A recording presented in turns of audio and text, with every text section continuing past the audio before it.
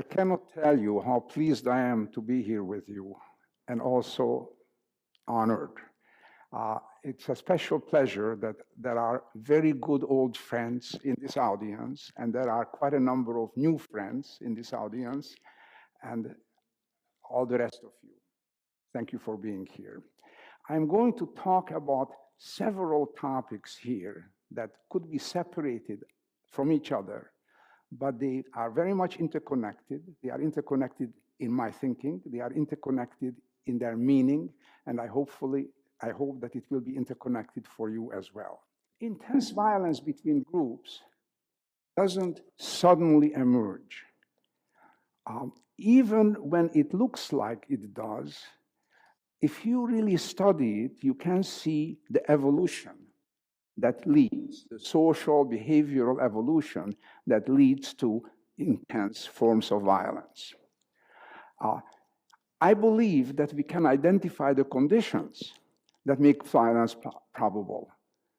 You have to respond early to the indicators that show that there is likely to be this kind of an evolution leading to violence.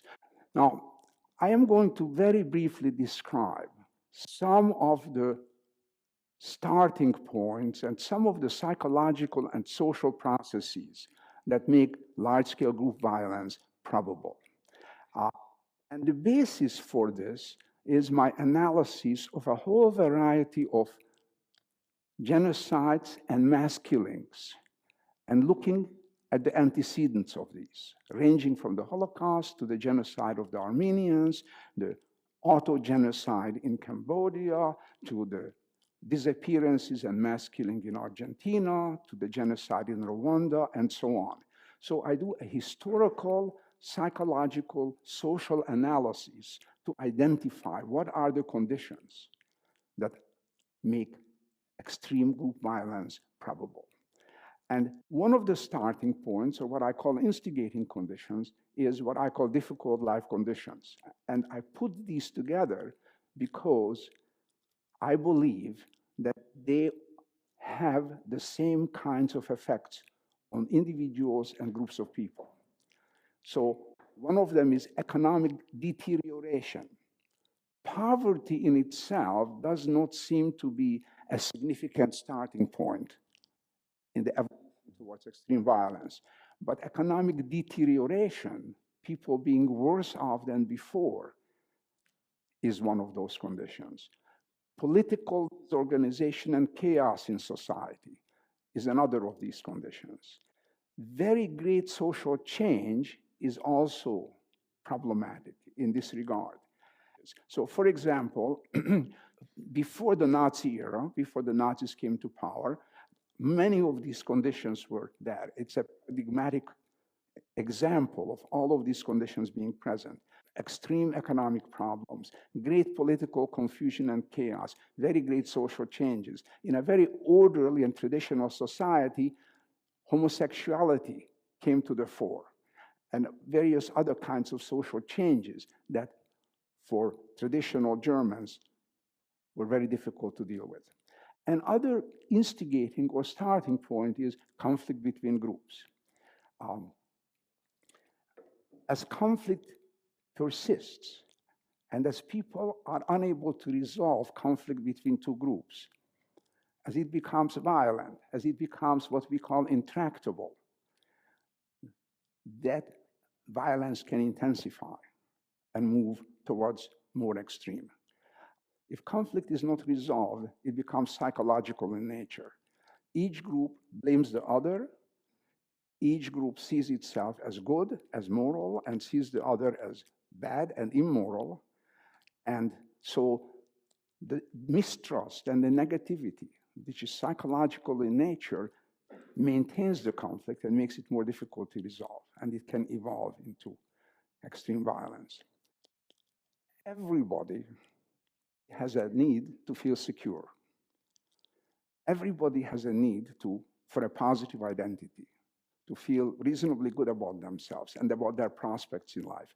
Everybody has a need to feel some effectiveness in influencing their life and the conditions in their life and the conditions in their family's life. Everybody has a need to be connected connected to other human beings. And everybody also has a need to understand the world, to have some comprehension of reality and their own place in the scheme of things. If you don't have some kind of a comprehension of reality, an extreme form of that is psychosis.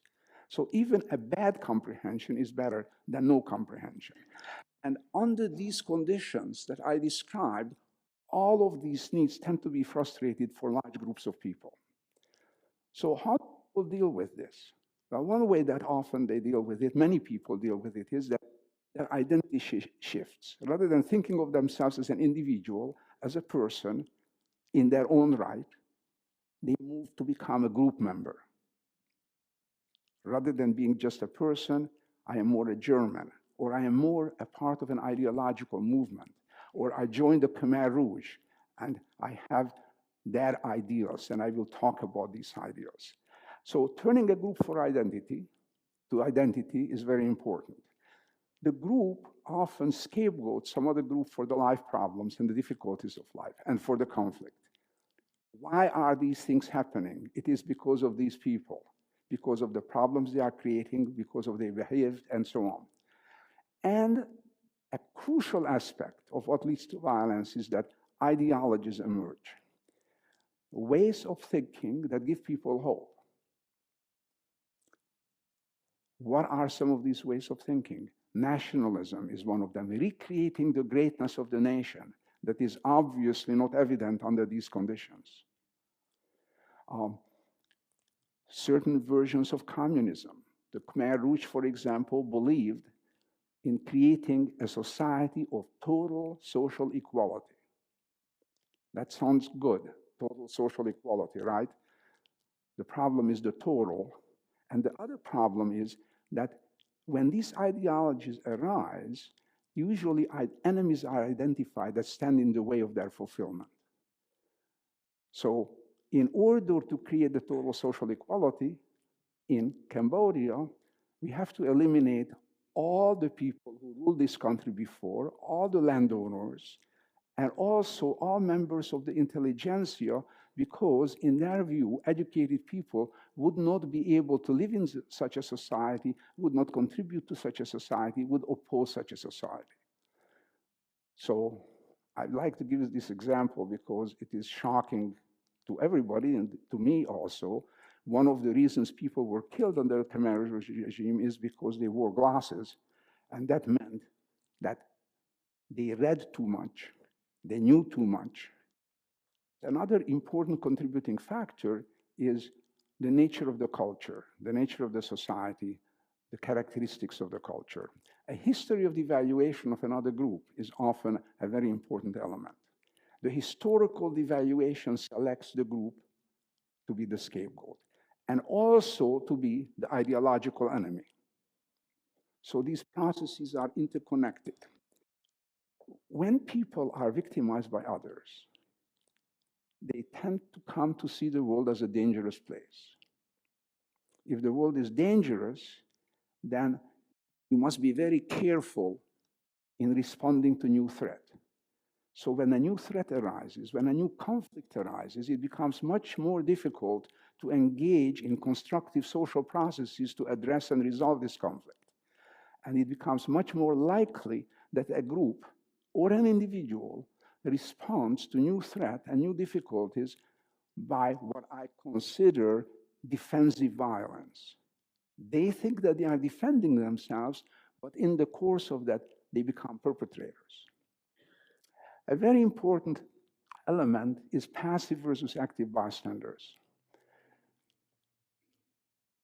When a society begins to move in this direction, there are some people who move towards the group, maybe the ideological movement that becomes a perpetrator group.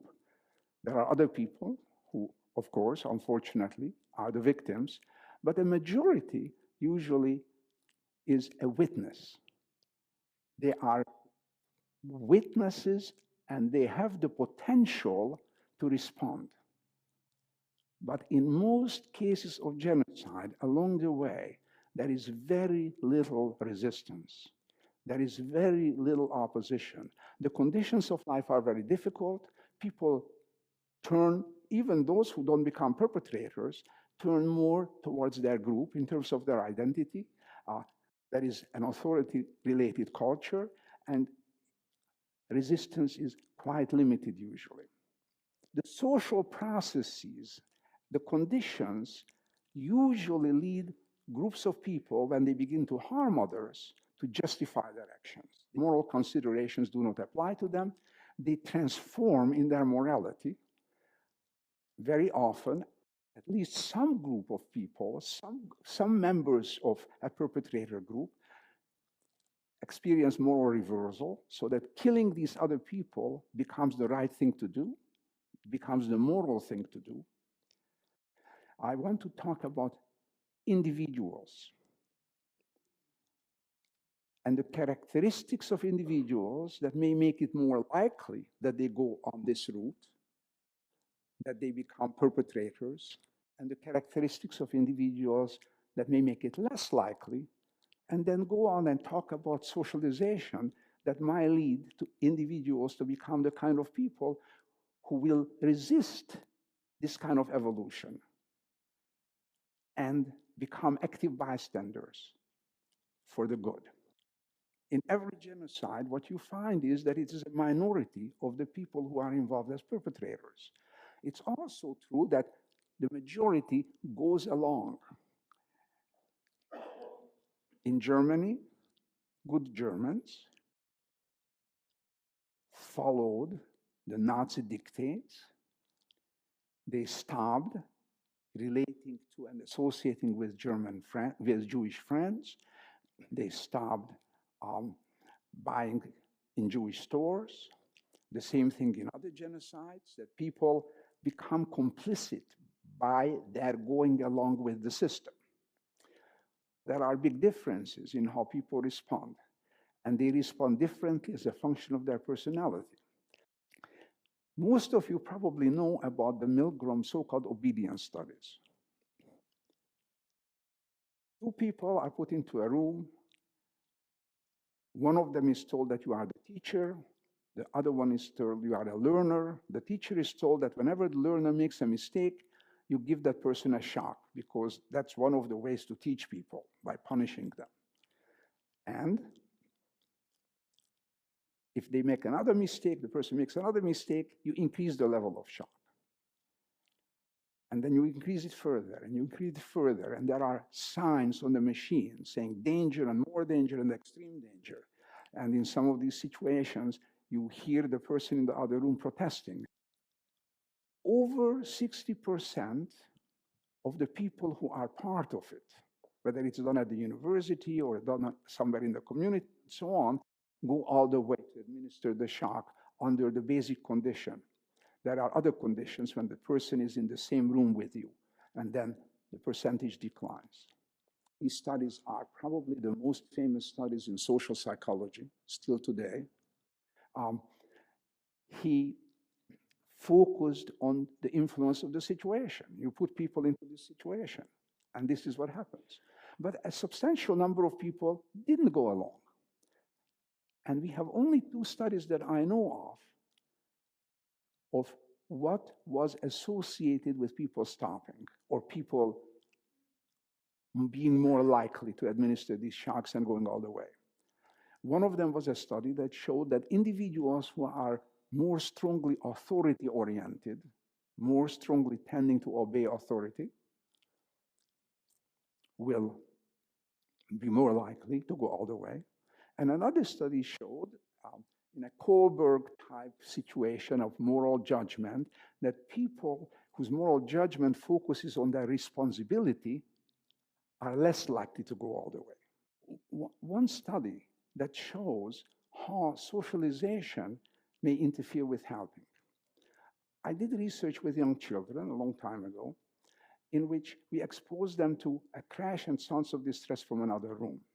I did a series of studies like this. You may know about the so-called bystander effect. When there are more people present, everyone is less likely to help. So we also studied what happens when there is 1 child or 2 children. And they actually found that with very young children, there is no bystander effect. When children hear the distress sounds, crash, distress sounds, they start to talk to each other rather than showing a poker face and looking as if nothing was happening. And as they talk to each other, they generally, naturally move towards doing something and going to the other room and going into the other room. By second grade, this is true in kindergarten and first grade, by second grade, the bystander effect enters.